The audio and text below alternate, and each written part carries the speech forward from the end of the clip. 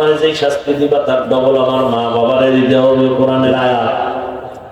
এই জন্য আমি বলি, বহু তাকরিওয়ালা তাকলিওয়ালা পীরের মুরিদ হাজী সাহেব জীবনভর আমল করিয়াও জাহান্নামে যাবে শুধু সন্তানের অপরাধের কারণে। বহু আমলওয়ালা জাহান্নামে যাবে সন্তানের অপরাধের কারণে। বড় কঠিন। এই জন্যই তো আল্লাহ কোরআনের আর এক আয়াতে বলেন, ইয়া আইয়ুহাল্লাযীনা আমানু কু আনফুসাকুম ওয়া আহলিকুম নারা وقودها الناس والحجارة عليها ملائكة غلاظ شداد لا يعصون الله ما أمرهم ويفعلون ما يؤمرون.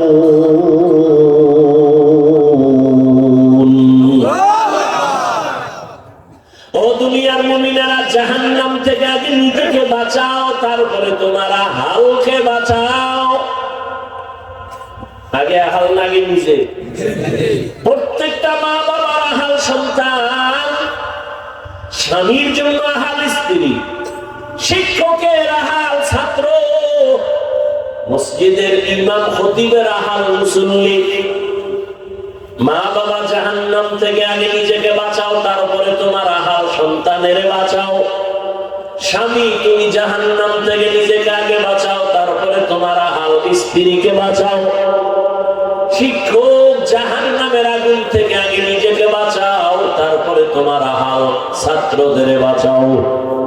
ইমাম ও খতিব, জাহান্নামের আগুন থেকে নিজেকে বাঁচাও, তারপরে তোমার আহাল মুসল্লিদেরকে বাঁচাও। নিজে বাঁচলা, আহালকে বাঁচাও নাই, আল্লাহর আদালতে আসামি হতে হবে। আল্লাহ তো সেই কথা স্পষ্ট করে বলেছেন, ওয়াল আসর ইন্নাল ইনসানা লাফি খুসর। আসরের শপথ, সব মানুষগুলো জাহান্নামে যাবে, চার গুণওয়ালারা জান্নাতে যাবে। ইন্নাল্লাযীনা আমানু ওয়া আমিলুস সালিহাত ওয়া তাওয়াসাউ বিল হক ওয়া তাওয়াসাউ বিস সবর। এক নাম্বার ঈমান, দুই নম্বরে নেক আমল, তিন নাম্বার ঈমান আমলের দাওয়াত অন্যকে দাও, চার নাম্বার ঈমান আমলের বিরুদ্ধে যারা যাবে তাদের বাধা দাও। তাহলে আপনি ঈমান আনছেন, আমল করছেন, হবে না। দায়িত্ব আরো দুইটা আছে, অন্যকে দাওয়াত দাও, যারা মানে না, বিরোধিতা করে, বাধা দাও। এত সোজা। আল্লাহ হেদায়েত দান করুন। ভাইরা আমার, নিজে নামাজ পড়েছেন, সন্তানকে নামাজের দাওয়াত দিচ্ছেন কিনা? প্রভাব দিছি তো, হুনে না সন্তান, হুনে না। বহু চেষ্টা করেছে, আল্লাহর কসম তুমি চেষ্টাই করো নাই। মিথ্যাবাদী ধোঁকাবাজ, কিসের চেষ্টা করেছো? রাসূল যেভাবে করেছে ওইভাবে করো, সন্তান মৃত্যু পর্যন্ত জুতা সোজা করবে। তোমার মন গড়া করলে হবে না। কিসের চেষ্টা করেছে? এক বাবা গরম গরম সাহাবীর কাছে গেছে, যারা দেখলে শয়তানও কি, একটু আগে বলছি না, কয় বছরের যুবক, খেলাফতের মসনদে বসে আছেন ওমর। বুড়া বাবা গিয়া বিচার দায়ের করলেন, আমার সন্তান আমার হক আদায় করে না। ওমর তো কথার আগে তরবারি রেডি। এই বুড়া, তার বিরুদ্ধে কইলা? ছেলে। আমি না শুনলে তোমার বিচার কেমনে করবো? ডাকো।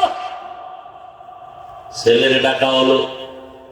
এইবার কই, তুই বাবার হক আদায় করস না কেন বল। ছেলে ডাক দিয়ে কয়, খলিফাতুল মুসলিমিন, আমার কোনো কথা বলা যাবে না। কেউ বল। বলে, আব্বাজানের পক্ষ থেকে আমার উপরে কোনো হক আসেনি? বলে আছে। জানতে পারিনি। বলেন, পারো, শুনবিনি কাহা? ওমর বলে, এক নাম্বার হক, প্রত্যেক বাবার জন্য প্রথম হক একটা ভালো মা ঘরে আনবে। কি মা? ছেলে ডাক দিয়ে কয়, খলিফাতুল মুসলিমিন, আমার আব্বাজানে হক আদায় করে নাই। আমার আব্বাজান ঘরে আছেন ডানা কাটা ভরি। আরে এই সময় একটা জব দিছে, এখন তো জব দিলাম বুঝানোর জন্য। এই সময় ডানা কাটা পড়ে গেছে, ওই সময় কি বাংলায় কথা কইতো না, কিছু বেয়াদব আছে, তা আমার সব নষ্ট হয়ে গেছে বেয়াদবি করতে করতে। কইব ওমর কি কইছিল নি, ছেলে কইছিল নি ডানা কাটা পড়ে। ওরে বেয়াদব তুই বুঝো না, এই সময় বাংলা ভাষা ছিল না, আমি বুঝানোর স্বার্থে বললাম। এটি নিয়েও ফেস ধরনের বেয়াদব আছে না, যারা শয়তানে ধরে কাম দিয়ে আকাম করে। আল্লাহ হেদায়েত দান করুন। ছেলে ডাক দিয়া বলে আমার আব্বা হক আদায় করে নেয়, দানা কাটা করিয়েছে। কি করি? তার মানে ও ঘরে আইনি দানা কাটবে। এরকম ডানা কাটা করি যখন আছে ঘরের মধ্যে আইয়াই তোর মায়ের ডানাটা ভালো না, স্বামীর উপর তোর মায়ের ডানা ভালো না, ব্যবহার খারাপ, তোর মায়ের বাদ দে। কিছুদিন পর কয় তোর বাবার ডানাও খারাপ, বাদ দে। ওই হলুমান বউয়ের গোলাম কয় এখন কি করবো, কয় বাড়ি সাইডে শহরে ফেলাম। আবার বউর কথা মানে কেন? ওই যে বউদের পাওটাও ধোয়াই আছে, যৌতুকের নামে আবার পায়খানা খেয়েছে না, নাকি এদিকে নাই? খুব কম মনে হয় না? হ্যাঁ, যে ভাব তৈরি আছে বরিশালে বলে সোরের মনে পুলিশ পুলিশ। যৌতুক যারা দেয়, যারা নেয়, যারা সহযোগিতা করে, সব জালেম, সব ডাকাত, সব চোর, সব ছোট লোকের বাচ্চা, সবগুলো বেহায়া, বেলাজা, ইতর। ওদের মতো ইতর, ওদের মতো চোর, ওদের মতো ডাকাত, ওদের মতো ফকিরনি। আরো কইতেন আর দুই একটা শিখাই দে কি কইল লাজ হইব। ওরা রসুলের দুশ্মন, ওরা নারীর দুশ্মন, ওরা দেশের দুশ্মন, ওরা ইসলামের দুশ্মন, ওরা এই মানবতার দুশ্মন, ওরা স্বাধীনতার দুশ্মন, এই যৌতুকের গোষ্ঠী। আমার কথা হেদায়েত। যুবক একটা কাজ নিয়ত করছে, মরে গেল খাবো না, আব্বা এখন মান্যত করে রয়েছে খাইবি, বাবাই মান্যত করছে খাইতেই হোক।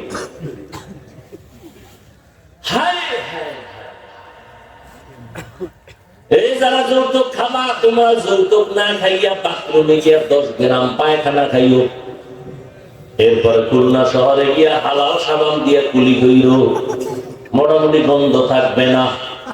আর যদি যৌতুক খাইয়া মরো, জাহান্নামের আগুন ছাড়া এই গন্ধ যাবে না। যৌতুক দেওয়া হারাম, নেওয়া হারাম, সহযোগিতা হারাম, বাহানা করাও হারাম। বিয়ে শাদী আছেন, কিচ্ছু নেই, সব ভেজা। কোন দিকে ধরুন?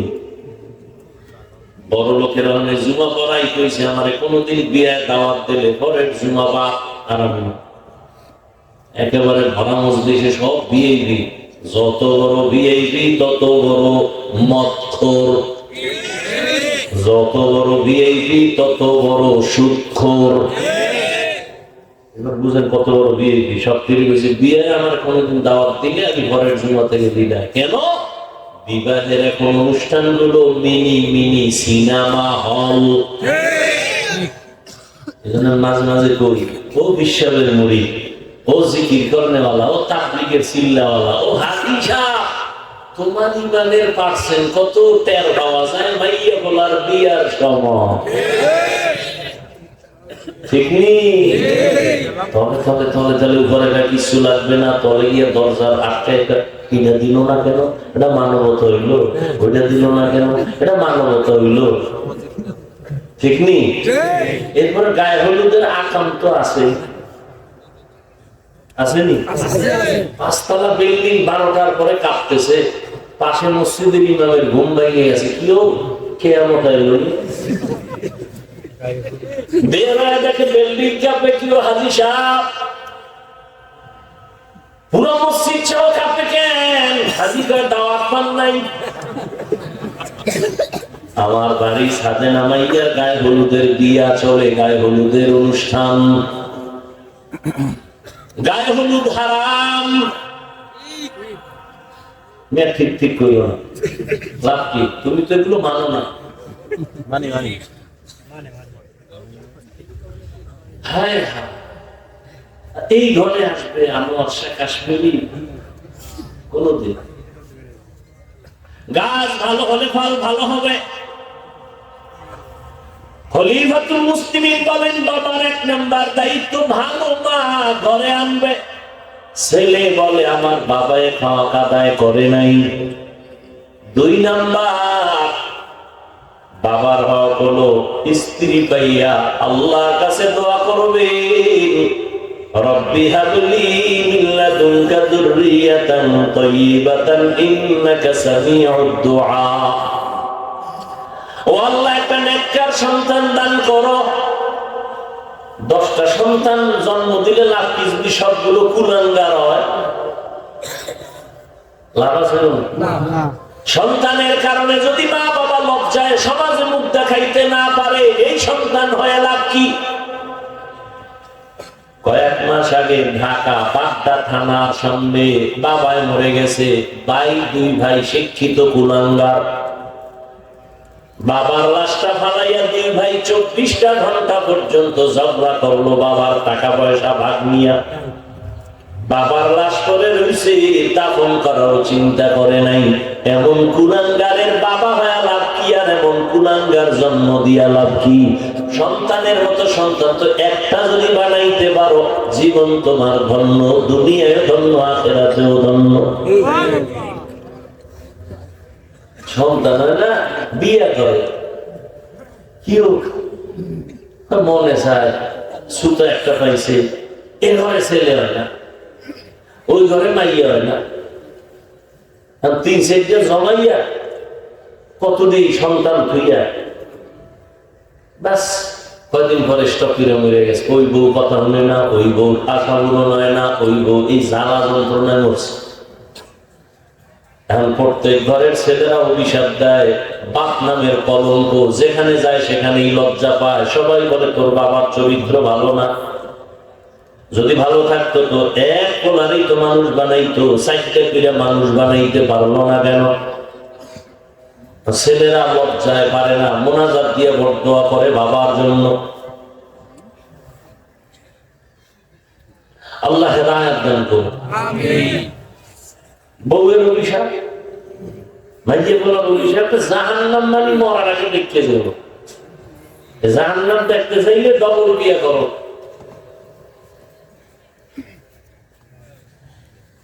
খালি আয়াত কোনাতে পাইছে, মাসনা, সুলাসা, রুবা, এরপরে যে রেড সিগন্যাল দেওয়া আছে আর যায় না।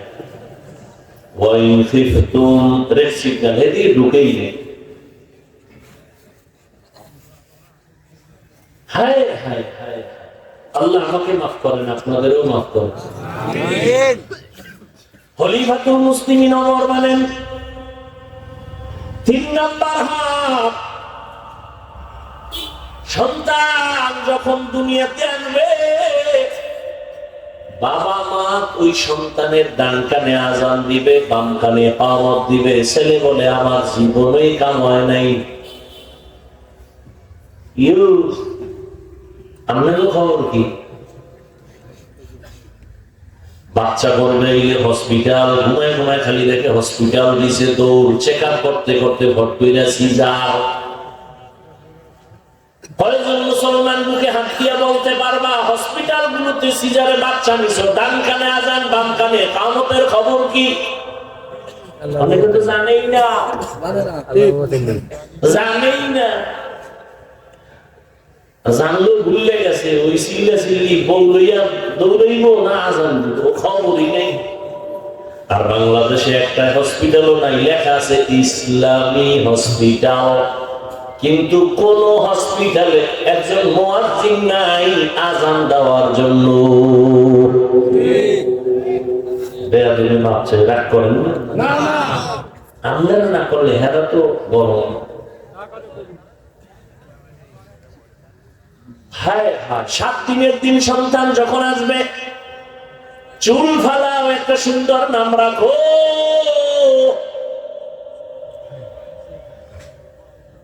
ছেলেটা আমার আব্বাজান আমার নাম ও হক আদায় করে না, আমার নাম রাখছে জহুল। আমরা যে বলি জুয়েল, কোয়েল, দোয়েল, হাসি, খুশি, হৃদয়, সবুজ, গম্বুজ, না নদী, সাগর, তুফান, বৃষ্টি, কত না।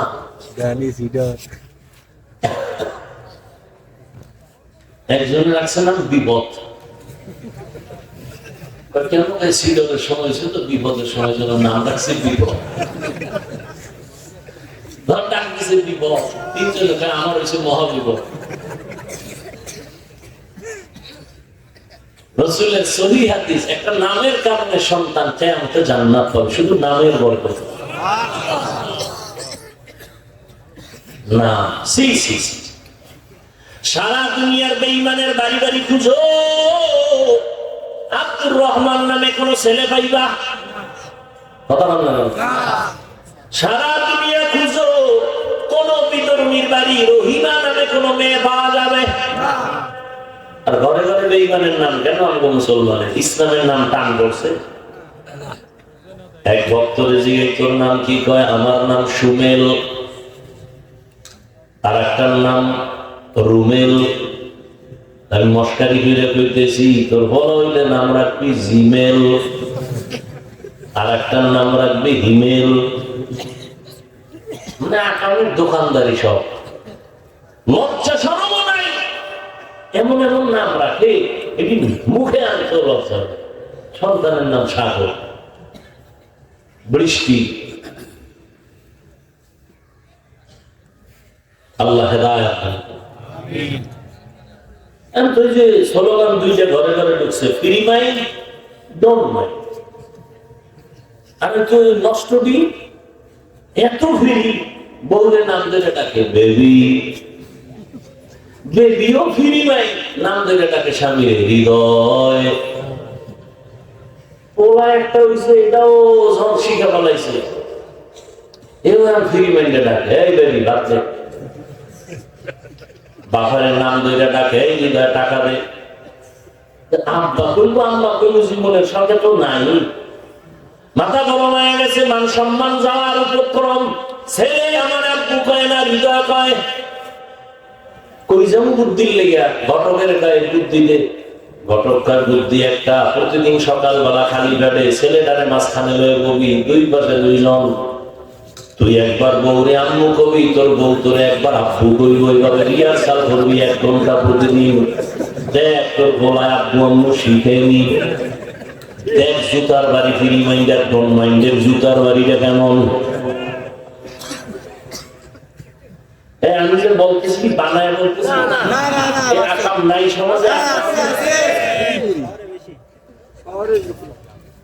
قال رسول الله صلى الله عليه وآله وسلم من ولد له ولد فليحسن اسمه وآدابه فإذا بلغ فليزوجه فإن بلغ ولم يزوجه فأصاب اسما فإنما اسمه على أبيه। রহমতের নবী বলেন, সন্তান যখন ভূমিষ্ঠ হয় সুন্দর একটা নাম রাখো, এরপরে সন্তানটারে আদব শিখাও। আদব কি শিখাও? আদব। আদব শিখানোর জন্য কই পাঠাবা? কয় কেজি? হ্যাঁ গিয়া পরে সরোয়া অজগর। না অজগর ঠিক, এটা গরম গরম আগুন। সন্তানীদের গোড়া খাওয়া করছে অনেকদিন, কইরা ওর ভিতরে আগুন হয়ে গেছে। এখন গ্লাস ভাঙে, প্লেট ভাঙে, মাথা কেমন কেন? অজগর আগুন। সরায়াতে আপা। ঠিক এই সন্তান যখন কোরআনের বাগানে যাবে তখন এই অক্ষরগুলোই পড়বে আর শিখবে। সরোয়া ওযু, সরায়াতে আল্লাহ।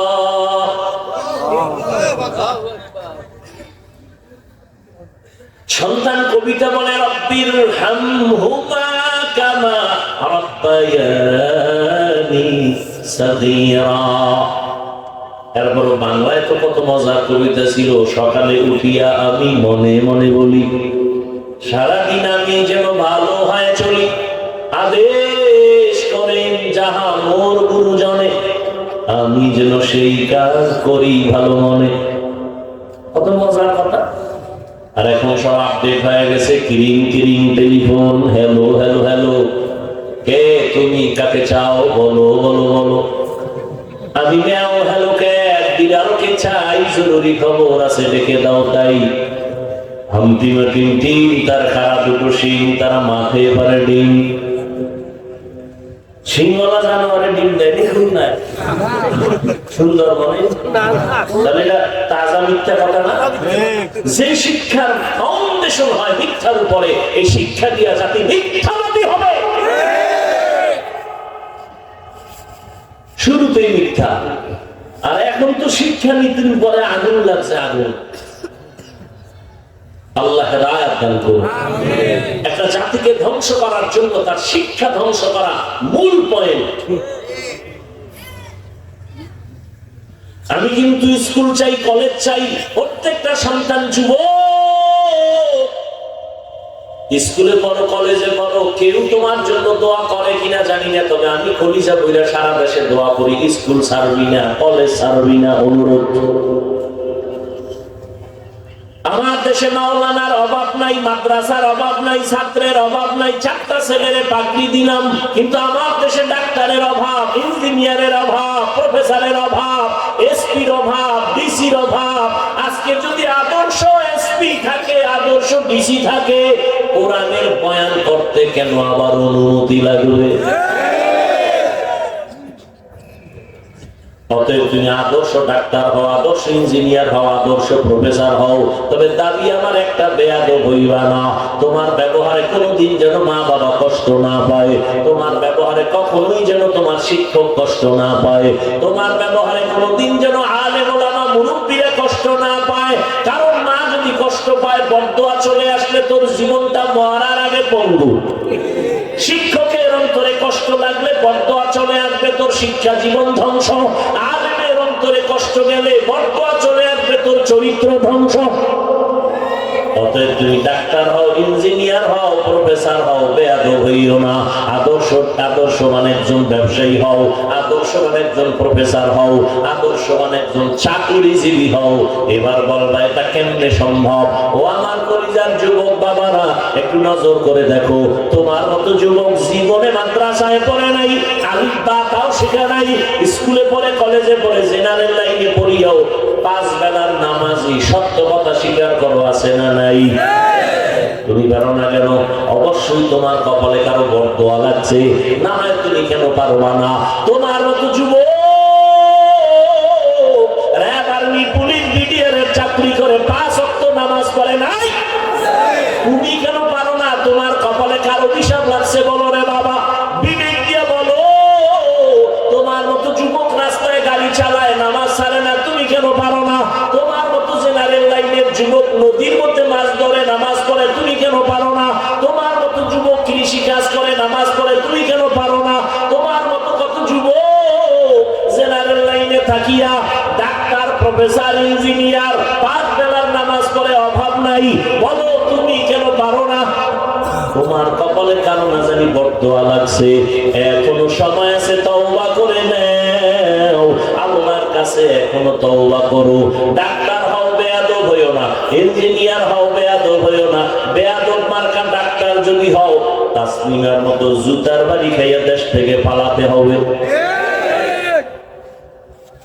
বেয়াদব মার্কা যদি প্রফেসর হও, ঢাকা কলেজের প্রফেসর আহমদ শরীফ, কেমন বেয়াদব, যার কপালে কবরও হয় নাই।